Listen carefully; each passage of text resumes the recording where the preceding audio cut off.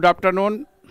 जैन रोजगार क्लासेस में आपका स्वागत है। मैं एल.के. झा आपके सामने आधुनिक भारत को लेकर आया हूं। जैसा कि हम पिछले क्लास में आपको पूरे पाठ्यक्रम की चर्चा की थी और ये बताने का प्रयास किया था कि जैन रोजगार क्लासेस आपको हर स्तर पर आपकी सफलता के लिए प्रयासरत है। वर्षों से अपनी सफलता का परचम फहराया है और बीएसएससी, एईडीओ आदि विभिन्न जो परीक्षाएं होने जा रही है उसमें भी अपना बेहतर प्रदर्शन करने के लिए तैयार है। तो मैं आपको बता दें कि प्राचीन काल, मध्यकाल और आधुनिक काल, इतिहास को 3 काल में बांटने का प्रयास किया गया है सुविधा के अनुसार। जैसा कि आप जानते हैं, जे.एस. मिल ने भारत के इतिहास को हिस्ट्री ऑफ ब्रिटिश इंडिया पुस्तक में 3 भाग में बांटा था। उसमें वे प्राचीन काल को हिंदू काल, मध्यकाल को मुस्लिम काल और आधुनिक काल को सभ्यता का काल कहा था। यदि हम इस दृष्टि से देखेंगे तो यह नस्लवाद और सांप्रदायिकता के आधार पर जे.एस. मिल द्वारा बांटा गया, जो 1817-18 के बीच एक बहुत ही महत्वपूर्ण पुस्तक लिखी गई। हालांकि वह पाठ्यक्रम पर आधारित भारत की पहली इतिहास की पुस्तक थी, लेकिन इस पुस्तक में जो खामियां थी कि यह पुस्तक भारत को हिंदू मुस्लिम धर्म के आधार पर बांटना चाहा और अपने को श्रेष्ठ नस्ल बताने का प्रयास किया। जिस तरह प्राचीन काल को हिंदू काल बताया, तो प्राचीन काल में बहुत बड़े बड़े राजा जैन धर्म, बौद्ध धर्म से संबंधित थे। जैसा कि आप देख सकते हैं, महापद्म नंद है, खरवेल है, अशोक है, कनिष्क है, हर्षवर्धन है, अमोदवर्ष है। ये सब ऐसे बड़े बड़े शासक हुए जो निश्चित ही हिंदू धर्म के मानने वाले नहीं थे, अन्य धर्म के मानने वाले थे। दूसरी ओर बहुलक हिंदू जनता बहुलक हिंदू थी। दूसरे मध्यकाल में जब आप मुस्लिम काल कहते हैं तो उस समय जो शासक वर्ग है, ठीक है मुसलमान केंद्रीय सत्ता पर थी, लेकिन क्षेत्रीय सत्ता अभी भी हिंदू के हाथ में था और जिस पर शासन कर रही थी उसमें अधिकांश हिंदू थे। तो फिर विजयनगर सम्राट और शिवाजी जैसे व्यक्तित्व का हम परिचय जो पाते हैं मध्यकाल में, यदि हम इसे मुस्लिम काल कह दें तो ये कैसे सही संभव है। इसलिए मुस्लिम काल भी कहना सही नहीं है। और आधुनिक काल को सभ्य काल कहा, यानी अंग्रेज का कहना था कि जब हम लोग आए तब भारत सभ्य हुआ, उससे पहले भारत असभ्य था। तो क्या भारत उससे पहले सभ्य नहीं थी? हमारी सिंधु घाटी सभ्यता प्राचीन काल है, जो दर्शाती है कि हम प्राचीन काल से एक बड़ी ही विरासत, गौरवशाली परंपरा हमारे देश में रही है। तो मेरा कहना है कि सांप्रदायिकता के आधार पर जे.एस. मिल ने भारत को बांटने का प्रयास किया। आज भी उस स्थिति से हम बाहर नहीं उबर रहे हैं। आज भी हमारे नेतागण वोट के लिए धर्म, जाति, क्षेत्र, भाषा आदि को आधार बनाते हैं। तो इतिहास समझाती है कि हम किस तरह चलते हैं। इतिहास सत्य पर आधारित घटना को हम इतिहास कहते हैं। जैसा कि पिछले क्लास में हमने चर्चा की थी, हेरोडोटस को इतिहास का पिता कहा जाता है क्योंकि उन्होंने सर्वप्रथम हिस्टोरिका नाम की पुस्तक लिखी, जो इम्पार्टिकल रूप से अपने देश की खामियां को बताया कि यूनानियों क्यों पराजित हो गया और किस प्रकार ईरान की जीत हुई। फिर इसी प्रकार भारत के राजतरंगिणी जो पुस्तक कलहन द्वारा लिखी गई है, इसे प्रथम ऐतिहासिक पुस्तक माना गया है और इस प्रकार प्रथम इतिहासकार कलहन को माना जाता है। जैसा कि पिछले क्लास में हम लोग ने चर्चा की थी कि 6ठी शताब्दी ईसा पूर्व से भारत में इतिहास की शुरुआत होती है और फिर इस क्रम में आगे हम लोग पढ़ते हैं, जो 6ठी शताब्दी ईसा पूर्व बौद्ध धर्म, जैन धर्म के इतिहास के दृष्टि से भी बहुत महत्वपूर्ण है। हम आपको बताना चाहेंगे कि इतिहास अपने को दोहराती है। जो घटना घट चुकी है, यदि आज भी उस तरह की परिस्थितियां बने तो आज भी उस तरह की घटना घटित होगी। इसीलिए कहा जाता है कि इतिहास अपने को दोहराती है। जो सत्य पर आधारित घटना हो, जो यूनिवर्सल ट्रूथ हो, जिसमें किसी भी प्रकार की संदेह नहीं हो, ऐसी घटना जो घट चुकी है, जो देश काल को प्रभावित किया है, जिसका प्रभाव आज भी पड़ता है, ऐसी घटना का अध्ययन हम लोग मोटा तौर में इतिहास के अंतर्गत करते हैं। इतिहास के अंतर्गत हम राजनीतिक, सामाजिक, धार्मिक, सांस्कृतिक, शैक्षणिक, चित्रकला, संगीत कला, वास्तुकला आदि के बारे में भी विशद अध्ययन करते हैं। तो इतिहास एक समग्र अध्ययन है जिसमें हम इतिहास के हर पहलुओं पर बेहतर ढंग से समझने का प्रयास करते हैं। हम बताना चाहेंगे कि भारत का इतिहास बहुत ही गौरवशाली है, बहुत ही विस्तृत है और हम इस विस्तृत इतिहास के बारे में बताना चाहें कि आपकी परीक्षा के दृष्टि से जो प्राचीन काल, मध्यकाल और आधुनिक काल है, तीनों जगह से आपसे प्रश्न पूछी जाती है। लेकिन आधुनिक भारत से प्रश्न सबसे अधिक पूछी जाती है। तो हम आपके सामने सर्वप्रथम आधुनिक भारत को ला रहे हैं, और आधुनिक भारत जब आपकी हो जाएगी तो फिर मध्यकाल या प्राचीन काल, जहाँ से भी आप लोग की मांग होगी हम वहाँ पढ़ाएंगे। लेकिन आधुनिक काल सबसे पहले पढ़ना इसलिए ज़रूरी है कि यहाँ से अधिक प्रश्न आपसे पूछी जाती है। हम मान लें कि इतिहास से जितना प्रश्न पूछी जाती है उसका लगभग आधा या 60%, आधा या मोर देन, उससे हम कह दें कि उससे और ज़्यादा 60% लगभग प्रश्न जो है आपको मॉडर्न भारत से पूछी जाती है, आधुनिक भारत से पूछी जाती है। इसलिए हम आधुनिक भारत से शुरू कर रहे हैं। आप लोग एकदम जैन रोजगार क्लास को एक बेहतर ढंग से सुनियोजित रूप से एक तैयारी के लिए अपना आधार बनाइए, और बताना चाहेंगे कि नियमित क्लास कीजिए। नियमित क्लास जब आप करेंगे, कुछ क्लास कीजिए, और हर क्लास के बाद जो चैप्टर आपकी समाप्त होगी, हर जो आपको विषय पढ़ाया जाएगा, जो भी लेसन पढ़ाया जाएगा, अध्याय, वह समाप्त होने के बाद उस पर आपको कुछ प्रश्न भी राइज करेंगे, और उस क्रम में हम आपको बेहतर ढंग से समझाएंगे कि किस प्रकार से प्रश्न आपसे पूछी जा रही है और कैसी पूछने की संभावना है। और जो पढ़ाएंगे उससे मैक्सिमम प्रश्न आपका आना है, इसमें कोई संदेह मत रखें। क्योंकि आज तक जो हमारा पढ़ाने का ढंग रहा, और जैन रोजगार क्लासेस में जो टीचर हैं उनका सबका लक्ष्य है कि आपकी एग्जाम में मैक्सिमम प्रश्न बने। और 20 वर्षों से अधिक, लगभग 22 वर्षों से जो मेरा अध्ययन है और लेखन, हम एक राइटर के रूप में भी रुक्मिणी प्रकाशन से जुड़े हुए हैं। तो हर क्षेत्र में कहाँ से कौन प्रश्न आ रही है, किस प्रकार से आ रही है, इस पर हम लोग का पूरी जो है नज़र है। हर तरह से हम लोग समझ रहे हैं, और उसी आधार पर आपकी हम पढ़ाने की तैयारी करते हैं।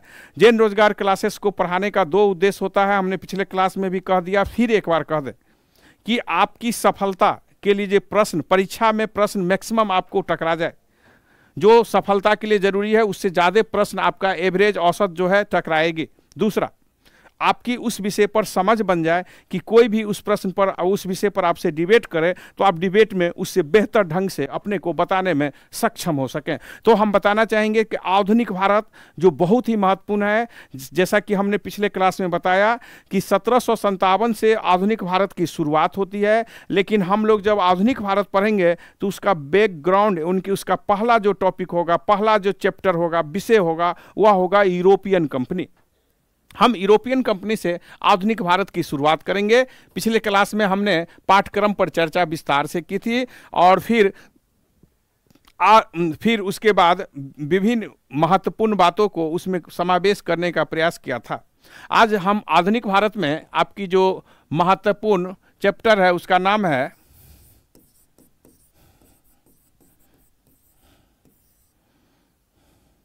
European company.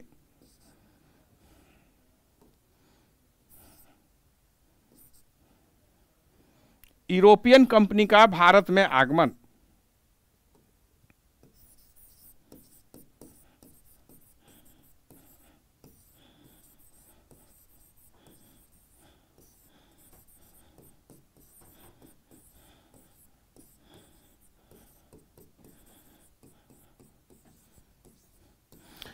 अब हम लोग देखेंगे कि यूरोपियन कंपनी कौन कौन भारत आया।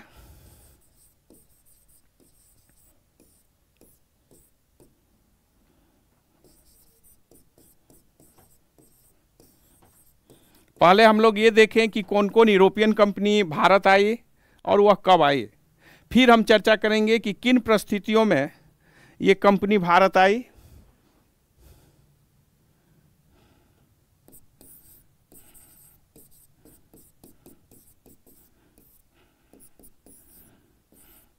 पुर्तगाली, डच के बाद अंग्रेज,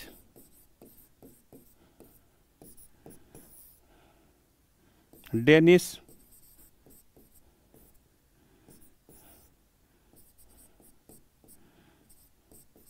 फ्रांसीसी, और फिर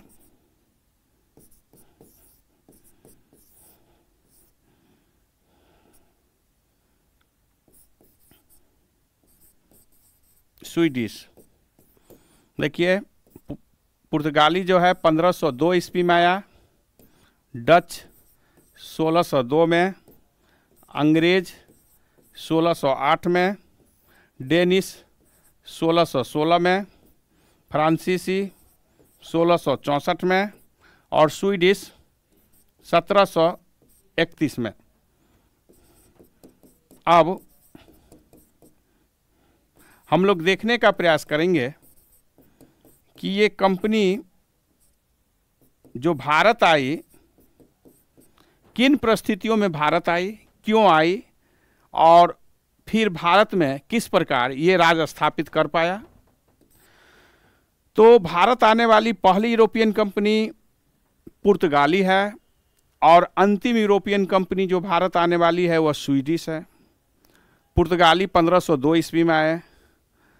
1602 ईस्वी में 100 वर्ष बाद डच कंपनी 1602 ईस्वी में आए। 1608 ईस्वी में तीसरी भारत आने वाली कंपनी जो थी वह कंपनी थी ईस्ट इंडिया कंपनी, अंग्रेजी ईस्ट इंडिया कंपनी। चौथी कंपनी डेनिश है जो 1616 में आई, हालांकि 1620 में पहली कारखाना स्थापित की।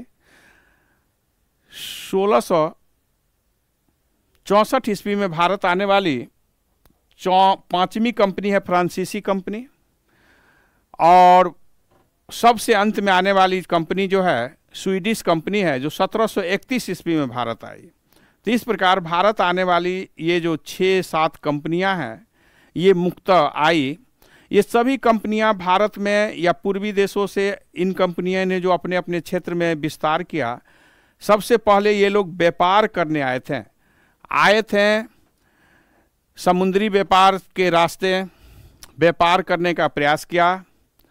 लेकिन जो भारत में या भारत के साथ एशिया के अन्य देशों में भी राजनीतिक कमजोरी थी, उसका ये लोग लाभ उठाते हैं और फिर यहाँ शासन करने लगे। तो फिर इस शासन करने के क्रम में किस प्रकार वह शासन किया, किस प्रकार शोषण किया, फिर कैसे हमारे देश में या विभिन्न देशों में भी, जैसा कि दक्षिण पूर्वी एशिया देशों में भी अंग्रेज का कब्जा या डच का या अन्य कंपनियों की थी, तो किस प्रकार उससे फिर चुंगल से हम लोग मुक्त हुए। तो इस आधार पर हम भारत के इतिहास के बारे में पढ़ना चाहेंगे, फिर स्वतंत्रता संग्राम कैसे हुई और फिर आज़ाद हम कैसे हुए। तो सर्वप्रथम यह प्रश्न उठती है कि यूरोपियन कंपनी भारत या पूर्वी देशों से व्यापार करने आई, इसकी कौन सी परिस्थिति थी। तो इसको जानने से पहले हमें यूरोप के बारे में कुछ जानना होगा। यूरोप में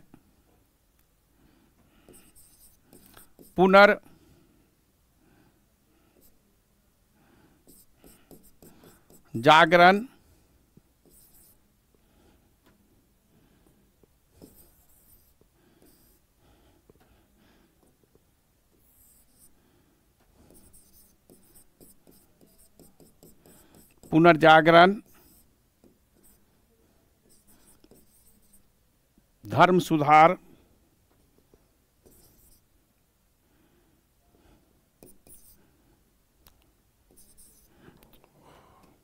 पुनर्जागरण,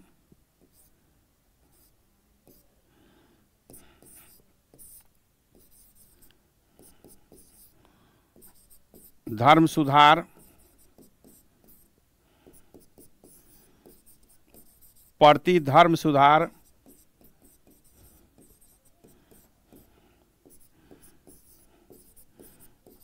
वैज्ञानिक खोज,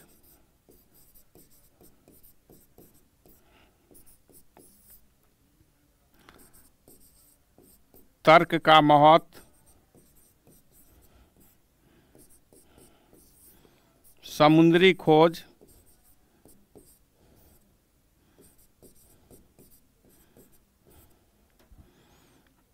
और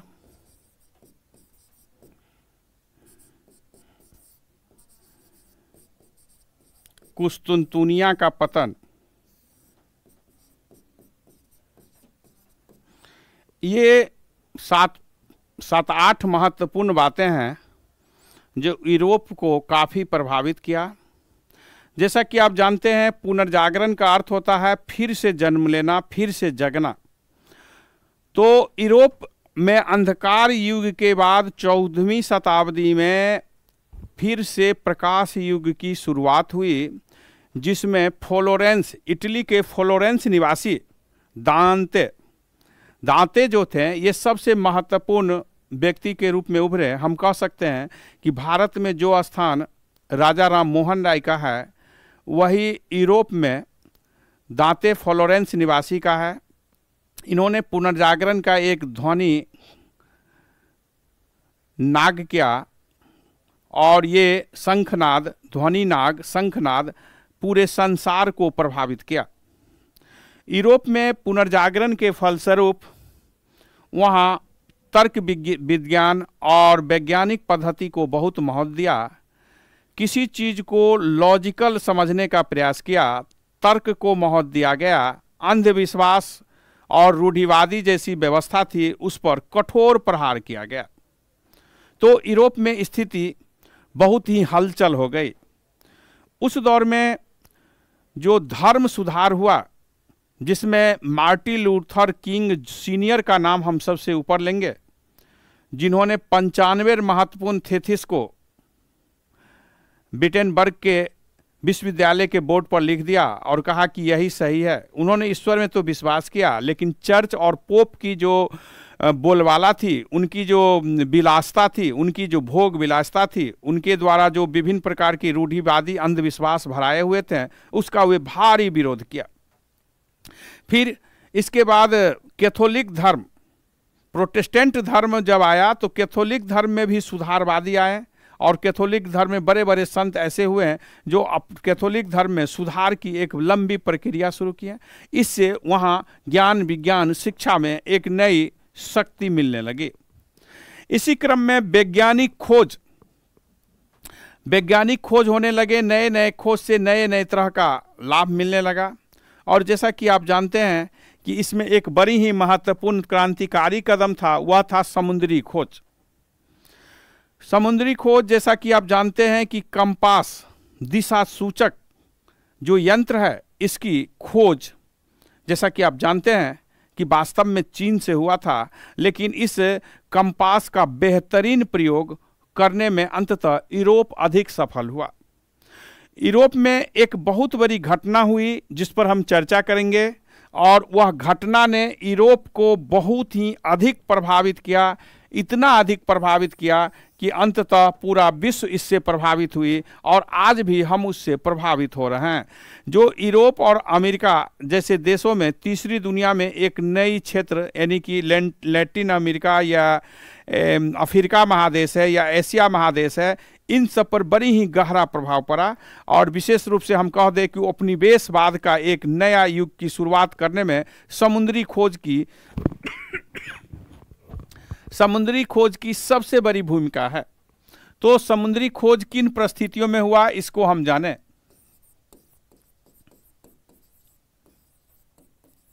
बेजेंटाइना साम्राज्य की राजधानी,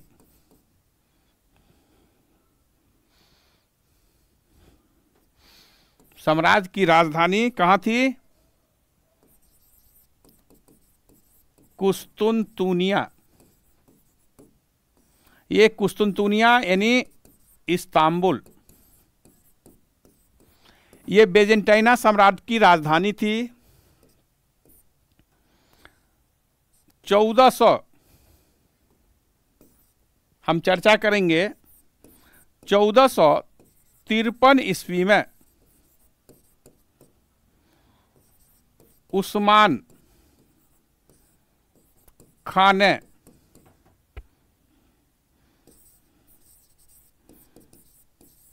कुस्तुनतुनिया पर अधिकार कर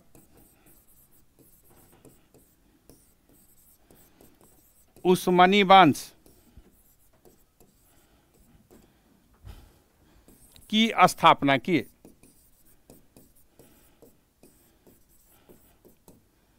इससे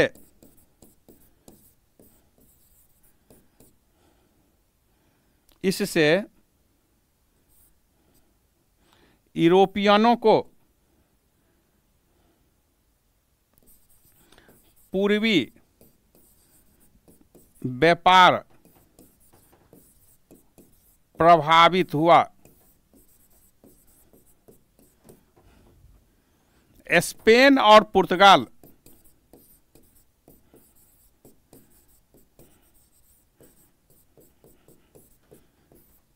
ने सर्वप्रथम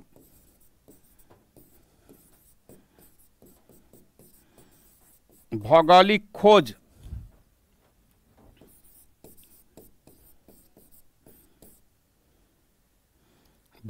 खोज यानी समुद्री खोज में रुचि दिखाया। अब आइए, एक बहुत बड़ी घटना, किस प्रकार यूरोपियन कंपनी भारत या विभिन्न देशों में आई, हम इस पर चर्चा कर रहे हैं। बेजेंटाइना साम्राज्य की राजधानी कुस्तुनतुनिया थी। ये बेजेंटाइना साम्राज्य, जो पूर्वी रोम साम्राज्य, बहुत ही महत्वपूर्ण सम्राट थी, इसकी राजधानी कुस्तुनतुनिया थी।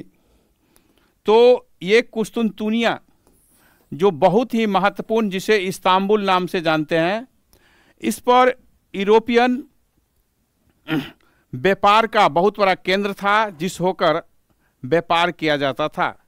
पूर्वी देशों से व्यापार किया जाता था। पूर्वी देशों से व्यापार की विभिन्न वस्तुएं थी, विशेष रूप से मसाला, जो गर्म प्रदेश में उपजती है और ठंडी प्रदेश के लिए बहुत ही महत्वपूर्ण होती है। तो मसाला का व्यापार अवरुद्ध हुआ। इसके अतिरिक्त अन्य प्रकार के व्यापार भी अवरुद्ध हुए। इन्हीं परिस्थितियों में हम देखेंगे कि बेजेंटाइना सम्राट पर जो 1453 ईस्वी में, ये 1453 ईस्वी में उस्मान नाम का व्यक्ति है, जिसने आक्रमण कर दिया और बेजेंटाइना सम्राट की जो राजधानी कुस्तुनतुनिया यानी इस्तांबुल, उस पर कब्जा कर लिया। अब ये कब्जा कर लिया तो पूरब से जो व्यापार हो रही थी उसमें भारी समस्या आई। अब अपने मनमाने ढंग से एकाधिकार मोनोपोली बना लिया। अधिक कीमत पर सामान की उपलब्ध करना शुरू किया। पहले जो सामान हम कम कीमत पर लेते थे, अब अधिक प्राइस देना पड़ता है। तो स्वाभाविक है समस्या बन रही थी, वो भी बहुत अधिक प्राइस, बहुत अधिक, अत्याधिक कीमत देनी पड़ रही है। यही वह स्थिति है कि यूरोप में जो पुनर्जागरण, धर्म प्रतिधर्म सुधार आदि की बोलबाला थी, इस स्थिति में यह यूरोपियन ने यह विचार किया कि हम क्यों नहीं कोई नई मार्ग ढूंढ लें, जिसे हम भौगोलिक खोज कहते हैं अथवा समुद्री खोज। तो समुद्री मार्ग की नई नई खोज के लिए सर्वप्रथम प्रयास करने वाले यूरोपियन कंपनी में स्पेन और पुर्तगाल है। स्पेन और पुर्तगाल सर्वप्रथम यूरोपियन कंपनी है जिन्होंने इस क्षेत्र में अपना रुचि दिखाया, और ये रुचि काफ़ी महत्वपूर्ण रहा। जैसा कि स्पेन की रानी इसाबेल नेविगेटर रानी कहलाती है, और स्पेन के राजा हेनरी को नेविगेटर हेनरी कहा जाता है। तो ये नाविक खोज की जो है बहुत ही महत्वपूर्ण परंपरा रही, और इसके बाद खोज की एक परंपरा शुरू की गई, जिस प्रयास में, जैसा कि आप जानते हैं कि जेनेवा के निवासी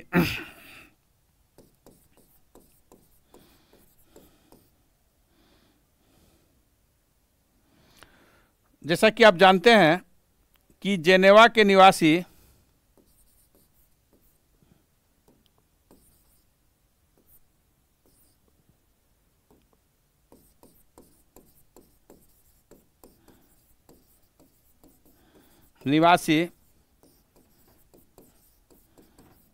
क्रिस्टोफर कोलंबस को 1492 में खोजने का अभियान शुरू हुआ, और पूर्वी देशों के लिए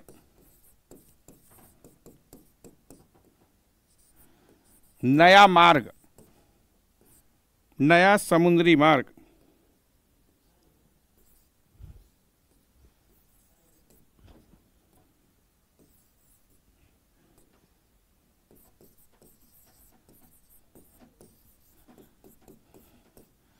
खोजने के क्रम में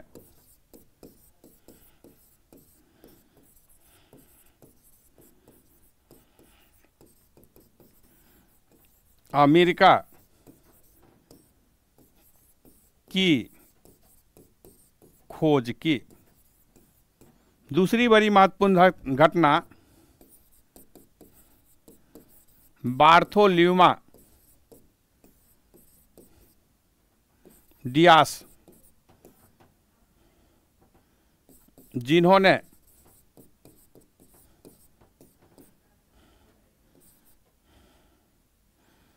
चौदह सौ 88 ईस्वी में केप ऑफ गुड होप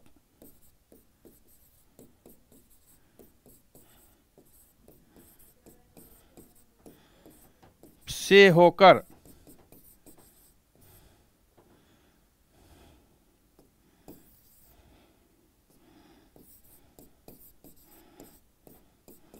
एक नई समुद्री मार्ग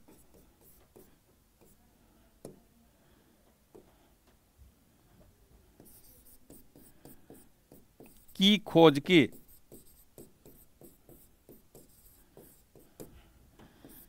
वास्को डी गामा इसी मार्ग का अनुसरण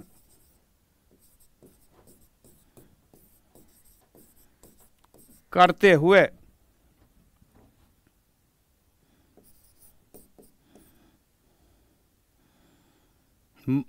अब्दुल मजीद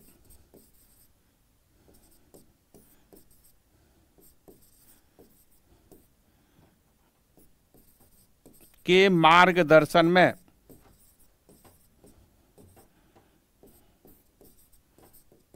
मई 1498 में कालीकट तट पर आया।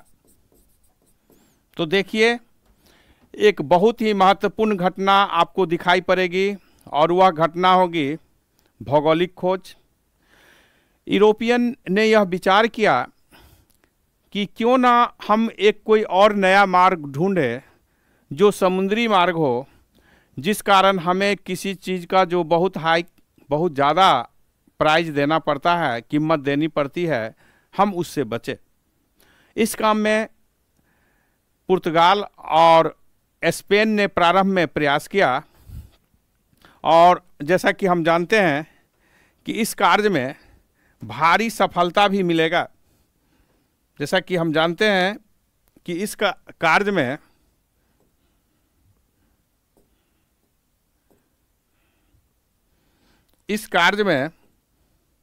भारी सफलता भी मिला, लेकिन प्रारंभिक सफलता में सबसे महत्वपूर्ण था बार्थोलोम्यू डियास द्वारा 1487-88 की घटना है कि अंततः अफ्रीका के दक्षिण पूर्वी तट के क्षेत्र से पूर्वी देशों से व्यापार के लिए एक नया मार्ग मिला, जिसे वे तूफानी द्वीप कहा था, जिसे सामान्यतः केप ऑफ गुड होप के नाम से जानते हैं, उत्तर मासा अंतर्द्वीप। तो उत्तर मासा अंतर्द्वीप होकर केप ऑफ गुड होप होकर पहली बार बार्थोलोम्यू डियास ने एक नई समुद्री मार्ग की खोज की। फिर क्रिस्टोफर कोलंबस इसी मार्ग का अनुसरण करना चाहा, लेकिन वह दूसरा मार्ग पहुंच गया। आया था वो भी पूर्वी देशों से व्यापार के लिए नई मार्ग की खोज करने, लेकिन वह पहुंच गए वह पहुंच गए अमेरिका। क्रिस्टोफर कोलंबस अमेरिका पहुंच गया। 1492 ईस्वी में क्रिस्टोफर कोलंबस ने एक बहुत ही महत्वपूर्ण जगह की खोज कर दिया और वह जगह है अमेरिका। अमेरिका की खोज क्रिस्टोफर कोलंबस ये कोलंबस द्वारा किया गया, ये बहुत ही महत्वपूर्ण आपके लिए होगा।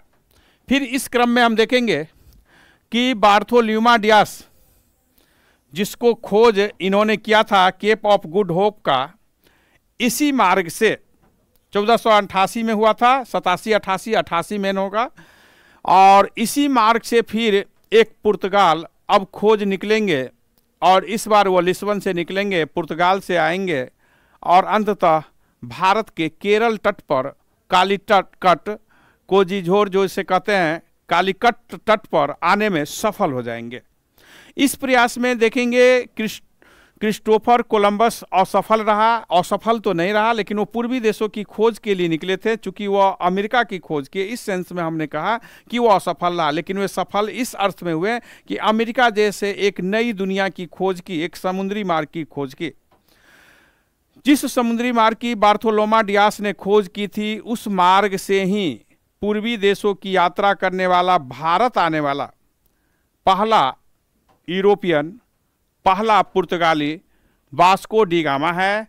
और ये वास्को डी गामा ने इस मार्ग का बेहतरीन अनुसरण कराया, और कराने वाला अब्दुल मजीद है।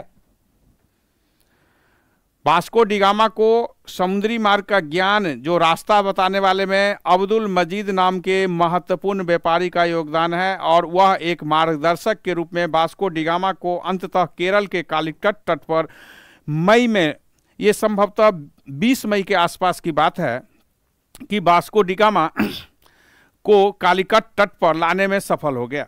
अब देखेंगे हम लोग कि वास्को डी गामा भारत के लिए एक नई मार्ग की खोज की, एक नई समुद्री मार्ग की खोज की। एक प्रश्न बनता है कि भारत की खोज किसने की? तो भारत की खोज कोई नई बात तो नहीं थी। प्राचीन काल से विभिन्न देशों में भारत के बारे में जान रहा था, व्यापार हो रही थी। रोमन से हम संगम काल में व्यापार कर रहे थे, बहुत यूरोप से मध्यकाल में भी व्यापार हो रही थी। अरब देशों की उसमें महत्वपूर्ण मीडिएटर थी, भूमिका जरूर थी।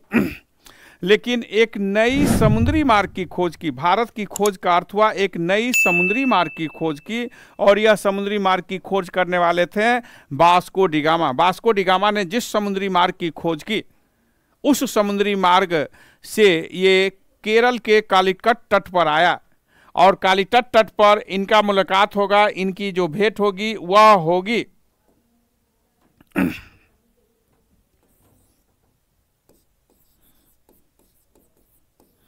कालीकट के राजा की उपाधि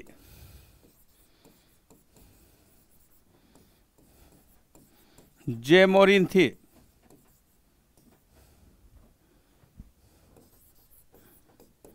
उस समय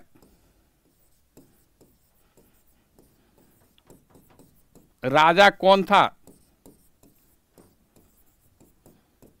यह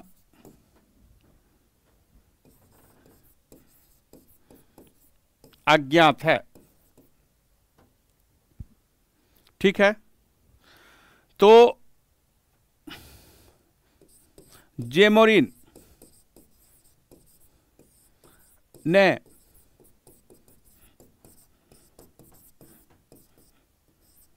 वास्को डी गामा का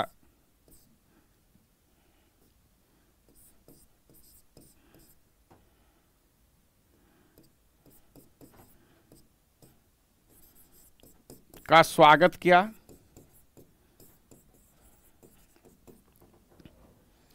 वास्को डी गामा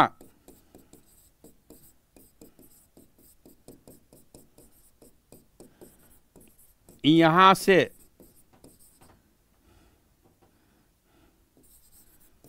व्यापार में ले गई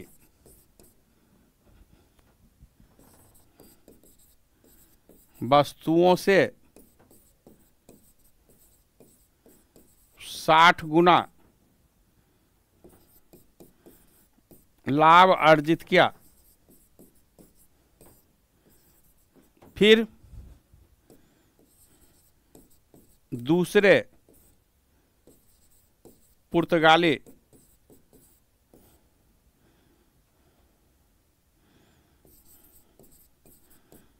अल्वारेज पेट्रो क्रैम्बल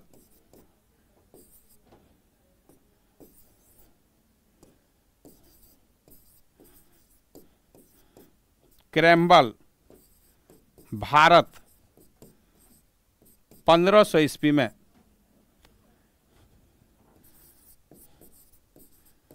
में आया। वास्को डी गामा पुनः 1501-2 और 1524 में भारत आया।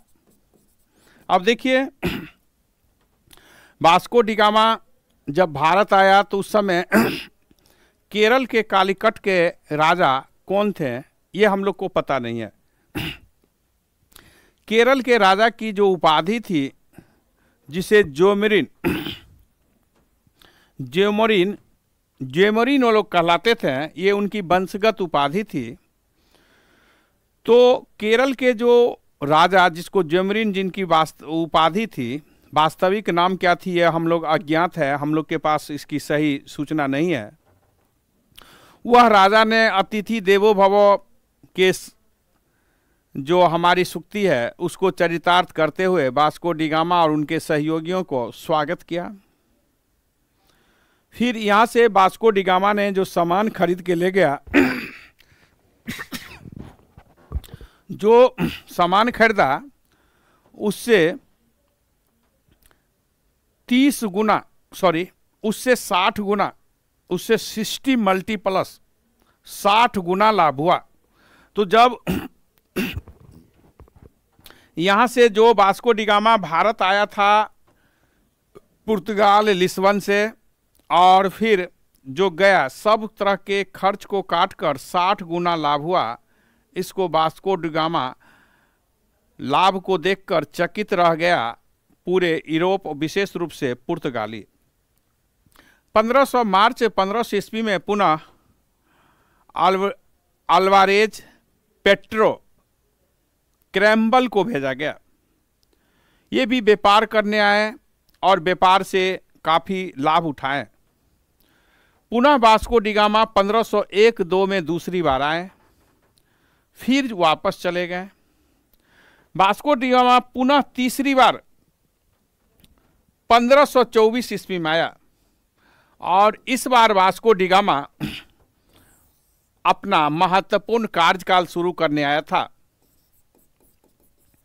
वास्को डी गामा जो 1524 में भारत का पुर्तगाली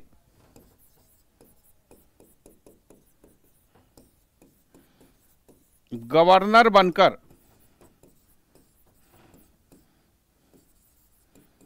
आया था, लेकिन शीघ्र ही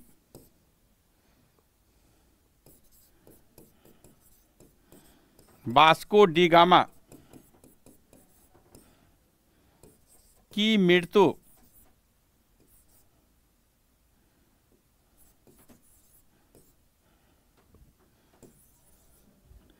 शीघ्र ही वास्को डी गामा की क्या हो जाती है? मृत्यु हो जाती है।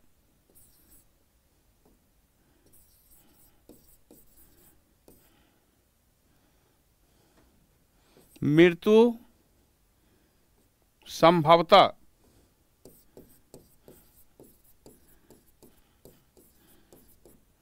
मलेरिया रोग के कारण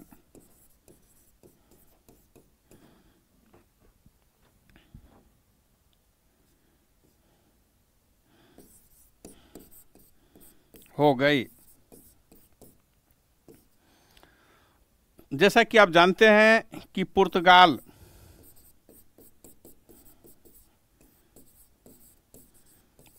प्रथम कारखाना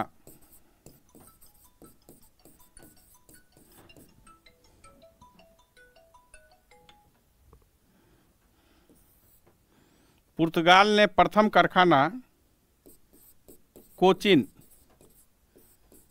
में 1503 ईस्वी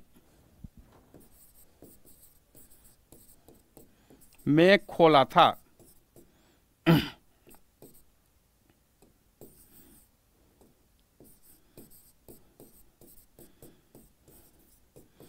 अब आप लोग देखिए कि वास्को डी गामा भारत में 3 बार आया। पहली बार तो ये जानिए कि भारत के लिए एक नई समुद्री मार्ग की खोज करने वाले कौन थे? वास्को डी गामा थे। दूसरी बड़ी बात कि ये 1501-2 में पुनः दूसरी बार आए, और तीसरी बार 1524 ईस्वी में आए, लेकिन बहुत जल्द ही इन्हें रोगग्रस्त हो गए, यानी मलेरिया रोग संभवतः इनकी मृत्यु का कारण हो गया। वास्को डी गामा का स्मारक, इनका स्मारक भारत के कोचिन शहर में है। आपसे बड़ी ही इंटरेस्टेड और महत्वपूर्ण ये प्रश्न है कि वास्को डी गामा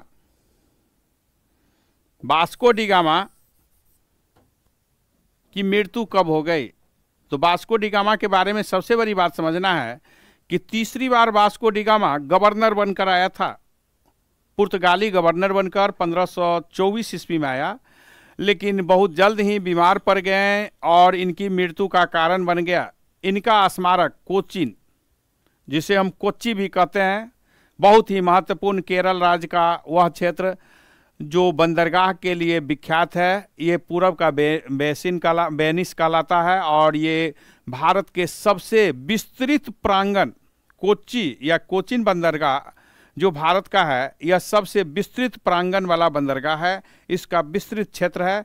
तो ये कोचीन आकर अपना शासन करने का प्रयास करेंगे, लेकिन अंततः इनकी मृत्यु हो गई। तो भारत पर जो अंतिम वास्को डी गामा का यात्रा है भारत के लिए, वह 1524 ईस्वी में है, और इस अभियान में बहुत जल्द ही इनकी मृत्यु संभवतः मलेरिया रोग के कारण हो गया। आप थोड़ा सोचिए कि वास्को डी गामा कितने साहसिक कार्य किया। इस साहसिक कार्य को देखकर क्या आपको नहीं लगता कि हम भी कोई साहसिक कार्य कर सकते हैं? हर कोई में क्षमता है। जब तक आप रिस्क नहीं लेंगे तब तक आपकी सफलता अधूरी होगी। जो तैयारी ही नहीं करेगी परीक्षा का, वे सफल होना और असफल होना तो बात ही नहीं उठती है। जो वीर है, जो बहादुर है, वही सूरवीर रणभूमि में उतरते हैं, और निश्चित रूप से जब आप रणभूमि में उतरेंगे तो आपकी विचार हमेशा सकारात्मक होनी चाहिए, हमेशा विजय श्री की यात्रा पर निकलनी चाहिए, और निस्संदेह जिनमें इच्छा शक्ति हो और उस इच्छा शक्ति के अनुरूप उनमें रणनीति हो, और उस रणनीति को इम्प्लीमेंट करने के लिए उनमें वह क्षमता हो, उसमें लगन हो, उमंग हो और मेहनत करने की क्षमता हो, तो निसंदेह विजय श्री मिलती है। जिस तरह वास्को डी गामा ने अंततः भारत के लिए नई मार्ग की खोज कर दी। आप लोग परीक्षार्थी उम्मीदवार हो, आप लोग भी हर स्तर पर समर्पित होकर अपने कार्यों के प्रति लगे रहिए। हमें विश्वास है कि जिस कार्य में लगनशील होगी, लगन होगी, उमंग होगी, उत्साह होगी, धैर्य होगी, मेहनत होगी, वह सफल होंगे। और बता दें कि विद्या वह धन है जो जितना बांटोगे उतना अधिक होगा। जितना इस पर ग्रुप डिस्कशन करेंगे, जितना मिलकर बात करेंगे, उतना बेहतर होगा। और यह कभी घटती नहीं है और न कभी बढ़ती है। आपके पास जो विद्या है वह कभी कम नहीं होती है। दूसरे के बांटने से एक ही चीज दुनिया में है, वह है शिक्षा। दुनिया की एकमात्र हमारी समझ में, हो सकता है और भी चीज हो, लेकिन हमारी समझ में जो अध्ययन हमने की अब तक, जो हम समझते हैं कि दुनिया में सिर्फ एक चीज है और वह है शिक्षा। आप इसे जितना बांटोगे, जितना आप इसको दान में दोगे उतना आपका शिक्षा और बढ़ेगा, घटती नहीं है। यही एक वस्तु है कि घटती नहीं है। कहा जाता है कि ईश्वर की प्रसाद कभी समाप्त नहीं होती है, वह हमेशा बना रहता है। वह हम लोग जो भोग चढ़ाते हैं प्रसाद, यह मानी जाती है कि ईश्वर अपना भोग ले लिए हैं, लेकिन फिर भी वो घटेगी नहीं, क्योंकि वो ईश्वर का अंश ऐसा है। वही शिक्षा पर है। शिक्षा तो उससे भी थोड़ा बढ़कर है कि जब आप उसको पढ़ते हैं, समझते हैं, तो वह शिक्षा आपका और विस्तृत होता है। जैसा कि एक टीचर को कहा जाता है कि कितना भी बड़ा टॉपर हो, कितना भी नंबर लेकर आया हो, वह एक टीचर के सामने में बहस नहीं कर सकती है। टीचर के सामने में वे नतमस्तक होंगे ही। इसका कारण है कि टीचर का जो अनुभव होता है, शिक्षक की पढ़ाने की जो अनुभव होता है, वो लंबी अवधि तक जो पढ़ाया है, इस कारण उनकी दृष्टिकोण, उनके विचार, उनकी शिक्षा की जो फैक्ट है वह काफ़ी विस्तृत हो जाती है। उनकी बराबरी कोई नहीं छात्र कर सकता है, एक शिक्षक की बराबरी, इसमें कोई संदेह नहीं।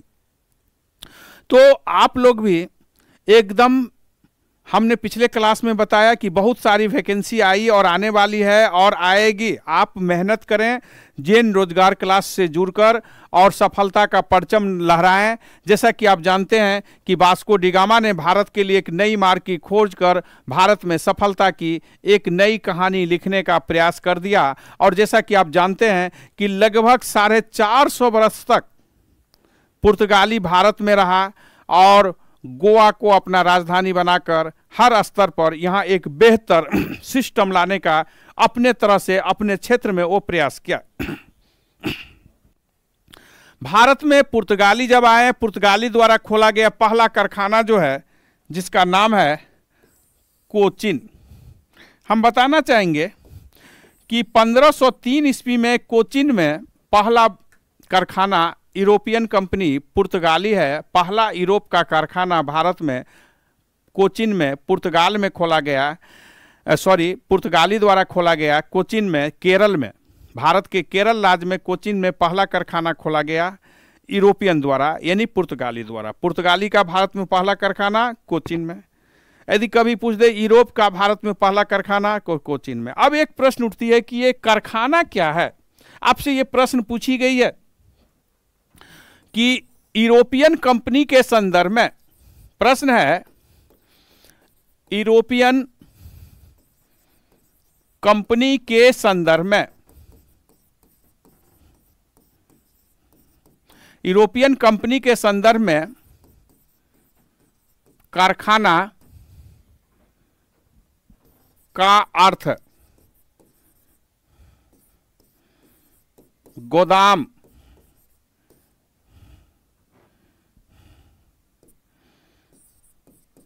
वस्तुओं को रखने का स्थान,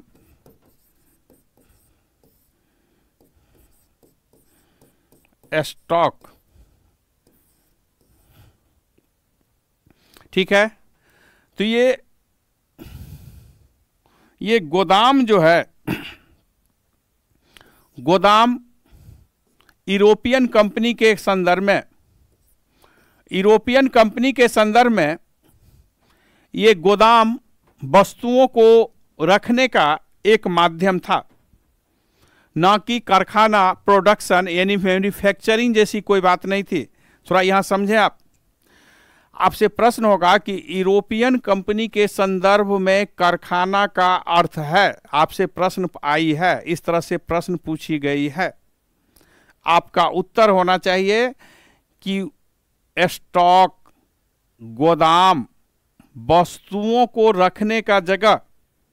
यूरोपियन कंपनी जब अपने देश से जो वस्तु लाते थे, उस वस्तु को जहां रखते थे, केंद्र बिंदु जहां वे रखते थे, और फिर भारत में यूरोपियन कंपनी जो सामान खरीदता था उसको भी एक जगह स्टॉक करके रखता था। और जब स्टॉक हो गया, जितना हमको खरीद कर ले जाना है हमने खरीद लिया, तो फिर वहाँ से वे बंदरगाह ले जाता था और बंदरगाह से फिर अपने देश। तो इस क्रम में बंदरगाह ले जाकर अपने जहाज पर रखने क्रम तक जिस बंदरगाह पर जहां से लेकर बंदरगाह पर जाते हैं, जहां वह जमा करता था वस्तु खरीद कर, अथवा अपने देश से जो बंदरगाह के थ्रू भारत में सामान लाता था, जिस स्थान पर रखता था उसे कारखाना कहा गया। तो कारखाना का संदर्भ आपको समझना है कि कारखाना का अर्थ होता है, बहुत ही महत्वपूर्ण है यूरोपियन कंपनी के संदर्भ में, और वह है स्टॉक। अब आइए फ्रांसिस्को डी अल्मीडा, ये 1505 से 9 तक यह भारत में प्रथम यूरोपियन कंपनी था।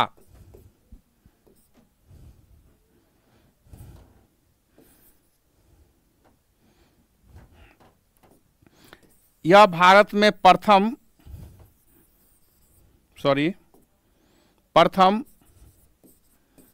पुर्तगाली गवर्नर था। इसने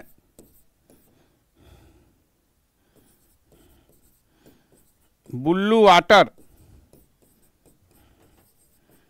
पॉलिसी का प्रयोग कर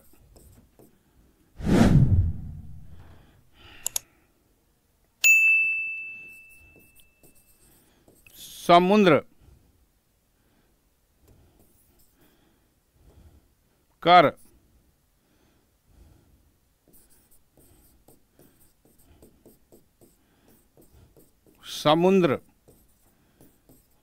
पर नियंत्रण स्थापित करने की नीति अपनाया। तो blue water policy Francisco de Almeida प्रथम यूरोपियन गवर्नर यानी प्रथम पुर्तगाली गवर्नर था। यूरोपियन गवर्नर का अर्थ हुआ कि पहला भारत में कौन सा यूरोपियन गवर्नर था, यानी पुर्तगाल भारत आने वाली पहली कंपनी है, तो स्वाभाविक है कि पुर्तगाल होगा। तो पुर्तगाल पहला आने वाला जो था वह था Francisco de Almeida. Francisco de Almeida जो भारत आने वाले प्रथम पुर्तगाली गवर्नर है, और इन्होंने एक बड़ी ही महत्वपूर्ण ब्लू वाटर पॉलिसी यानी कि शांत जल नीति का अवलंबन लिया। और इस शांत जल नीति क्या है, ब्लू वाटर पॉलिसी क्या है, तो इसका उद्देश्य है समुद्र पर नियंत्रण, महासागर पर नियंत्रण रखना है, क्योंकि जो समुद्र पर नियंत्रण रखेगा, महासागर पर नियंत्रण रखेगा, वही सफल होगा व्यापार पर। जैसा कि आप जानते हैं कि आज भी विश्व की अधिकांश जो व्यापार होती है वह समुद्री मार्ग से होती है। तो ये लोग व्यापारी हैं, व्यापार करने आए हैं, इन लोग का उद्देश्य है व्यापार करने। व्यापार में बहुत सारे वस्तुएं की व्यापार करते हैं। सबसे महत्वपूर्ण है मसाला में सबसे महत्वपूर्ण है जो है काली मिर्च, जिसे हम गोल मिर्च भी कहते हैं। यह इतने लोकप्रिय प्राचीन काल से रही है कि यूनानी लोग यूनानियों लोग को काली मिर्च को भारतीय साहित्य में यवन प्रिय कहा गया है, यानी यूनानियों को बहुत ही प्रिय। तो ये मसाला के इसके अतिरिक्त जो है ये लोग रेशम, नील, मलमल कपड़े, विभिन्न प्रकार की जो वस्तुएं हैं, सूती वस्त्र, सोरा आदि के भी व्यापार में इंटरेस्ट रखते थे। तो ये व्यापार करने आए। व्यापार के क्रम में कोच्चि में पहला अपना कारखाना स्थापित किया। फ्रांसिस्को डी अल्मीडा पहला पुर्तगाली है जो गवर्नर बनकर आया 1505 ईस्वी में, 1509 ईस्वी तक रहा। इसने चोलिस्तान का युद्ध या चोल का युद्ध भी लड़ा, जिसमें कई देशों की संयुक्त सेना से लड़ा गया। जैसा कि जानते हैं कि ये 1508-9 के बीच लड़ा गया। आप जानते हैं कि ब्लू वाटर पॉलिसी यानी कि शांत जल नीति, जब समुद्र का जल स्वच्छ होता है उस समय शांत दिखाई देता है और इसके द्वारा वह समुद्र पर नियंत्रण करने का प्रयास किया।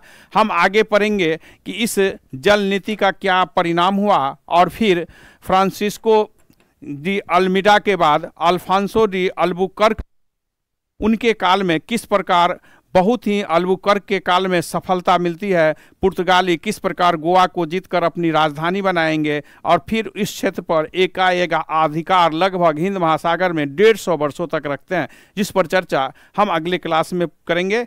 आप लोग जैन रोजगार क्लास से जुड़े रहें।